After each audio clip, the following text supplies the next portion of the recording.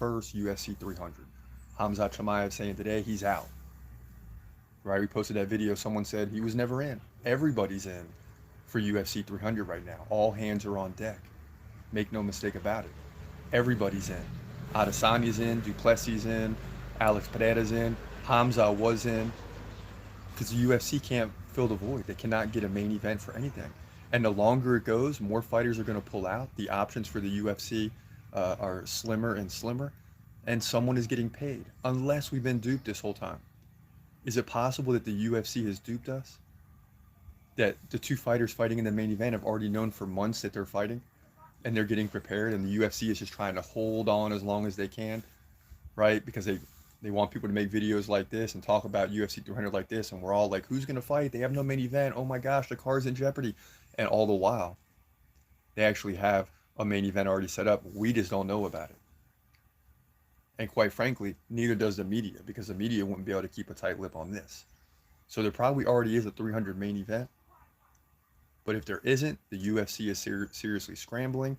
They know that the main event will make or break this thing. They can't come out and say Leon Edwards versus Bilal Muhammad.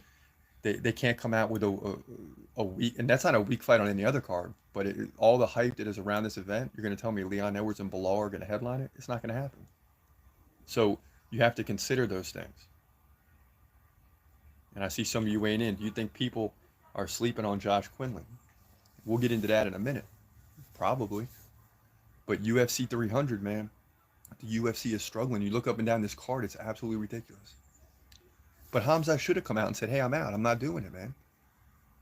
It's Ramadan. I'm not taking the fight on last minute notice. I told you I'll fight whoever, whenever. And now this thing is approaching. And now maybe, I haven't got a call yet if I'm Hamza. I can almost guarantee you there's probably been no talks with Hamza fighting at UFC 300.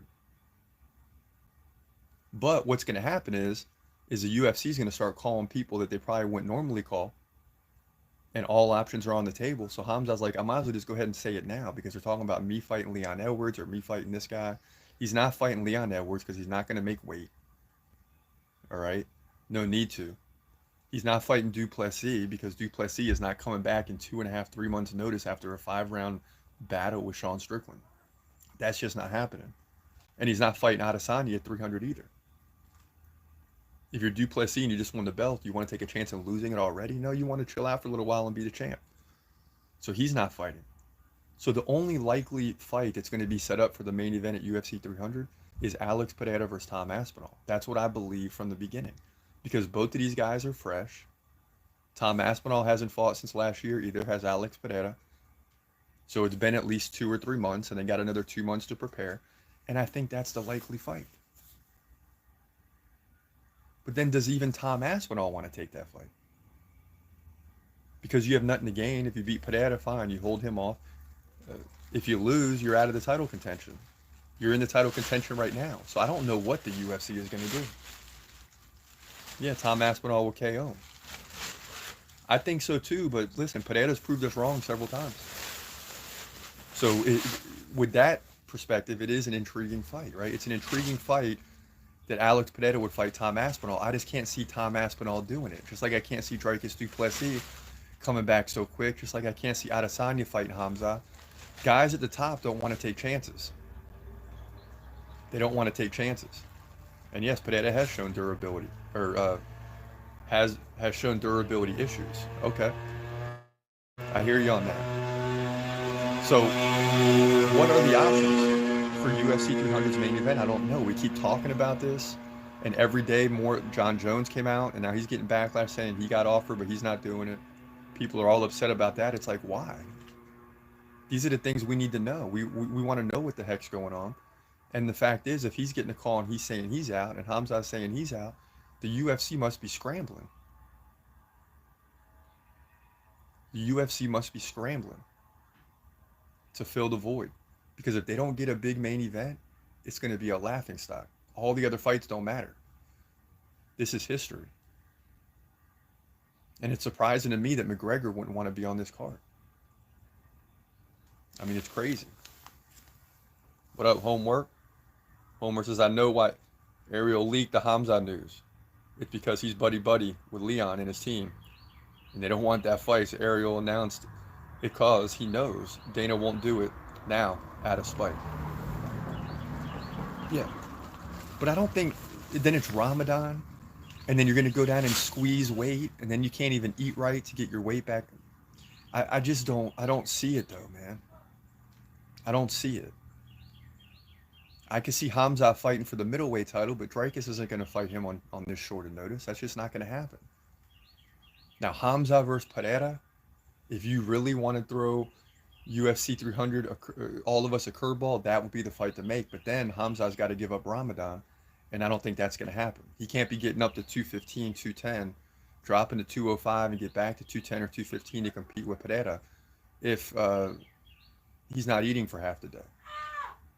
It's just not going to happen at that point in time. So I do believe Hamza is out of this thing. I really do believe that there's no chance in Hamza fighting, and that's a shame. Because if you put him up against a big fighter, people would go crazy.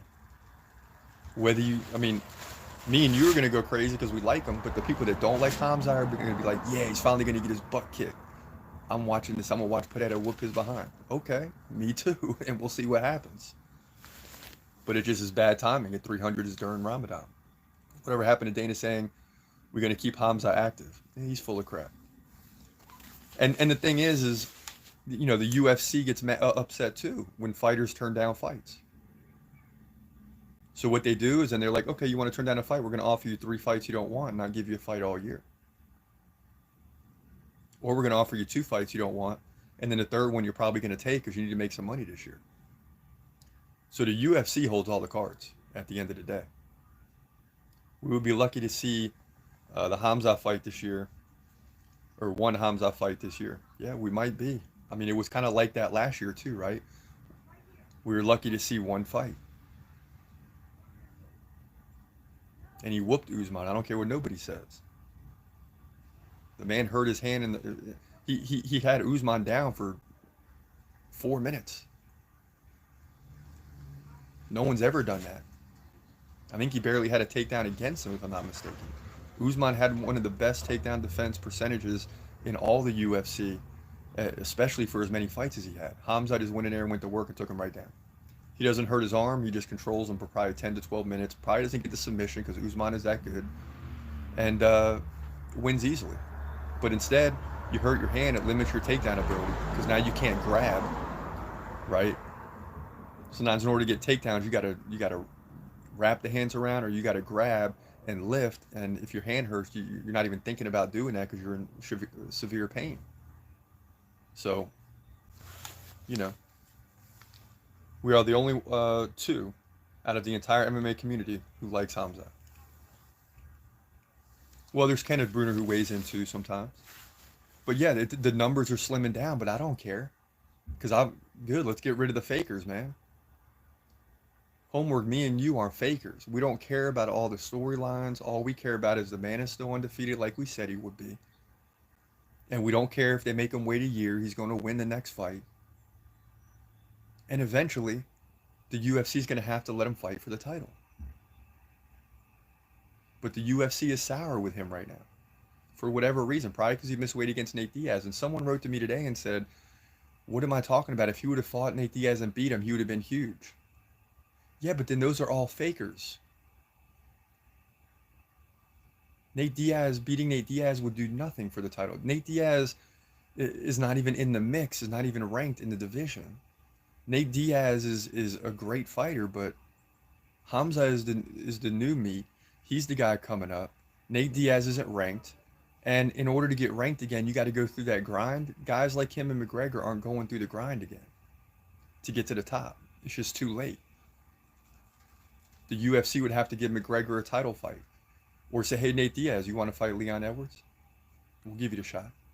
You almost KO'd him in the 5th the last time. But Nate Diaz does nothing for Hamza. I don't agree with these fights where guys fight superstars from the past, and it's like it's a resume builder. Because we all know that if Hamza would have went in there and KO'd Nate Diaz in like 30 seconds, that everyone would have just said, oh, he's washed up. He's over the hill. He's done. They would have found any way to discredit Hamza's victory. I mean, let's look at Usman fight in reality. The man hurt his hand after dominating Usman in the first round and still won the fight. If anyone else on the planet does that, people are going to go bananas. If Colby Covington would have went in there and beat Leon Edwards and we'd have found out later that he was injured since the first or second round, which we did find out, but Colby actually won the fight, people would go bananas. But it's because you got a lot of haters out there for Khamzat that are making excuses. They're just gonna look past injury. Oh, he struggled with Usman. Man, get out of here, man. Just wiped the second and third round clean, man. He was hurt. If you just judge the fight on the first round when Khamzat was fresh, he did something to Usman that no other fighter has ever done. Leon Edwards took him down, but not for that long. Maybe in the second fight, I can't really remember. But Khamzat had like a 98% takedown, or Usman 98% takedown defense coming into the fight. Khamzat takes him down for 4 minutes in the first round. I mean, it's ridiculous. It's absolutely ridiculous. Homework says Colby's entire career is based off of 2 losses against Usman, and the fans used to love him. I know. It's because of the image he portrayed, you know. Now, Khamzat, we know, is and has been Muslim, right? But that's becoming a bigger and bigger issue. Now he's talking about Ramadan, and a lot of these things, you know, Colby's flashing the American flag and doing all this. And listen, I'm an American. I love it. I ain't gonna lie. I love the whole Trump thing with him and Colby, and yeah, it gets me hyped to see Colby fight. But I'm also not going to discount a guy like Khamzat just because he's Muslim, and you know, people aren't going to come out and say, well, that's why I don't like him. They're going to look for others. They're going to look past the injury, okay, and tell you that he almost lost to Usman. If you don't think there's a Muslim spin on that, you're crazy. Because if Colby would have hurt his hand in the first round against Usman and beat him, people would be going freaking crazy. They'd be going freaking crazy, man. But he's losing a lot of support. And I have to believe the Muslim thing is part of it. The American crowd won't support him. Then he misses weight against Nate Diaz. That doesn't help at all. So it's those two things combined that have really hurt his image. And the UFC is all about money. They should be. They're a business. I'm not ever going to get mad at him for that. But that's why Khamzat isn't fighting. That's why he's not fighting. Because they're upset with him for missing weight against Nate Diaz. And then you lose some of the fan base, and it's like, well, he's not going to sell right now. Dude, guys that are liked and hated equally, like everybody has an opinion on them, they're going to sell. They're going to sell. Like Homework just said, Colby had like 2 good fights in like 3 years or whatever it was. But people either love him or hate him, so he's going to sell. Because there's going to be a whole movie script type stuff before the fight with the press conferences and the talking and all this, and you're going to get hyped up to see what he does. And if he wins, someone's happy, and if he loses, someone is happy, but everybody is watching. That's what Khamzat brings to the table. Because I'm watching to see him win the title, and some of you out there are watching him to see him lose. That's just the way it goes, you know? Johnny West, you're crazy. Some wild comments in the chat room today, baby. But it's all good. We love it. You know, so this is what's going on with Khamzat and UFC 300. It's an absolute catastrophe, if you ask me.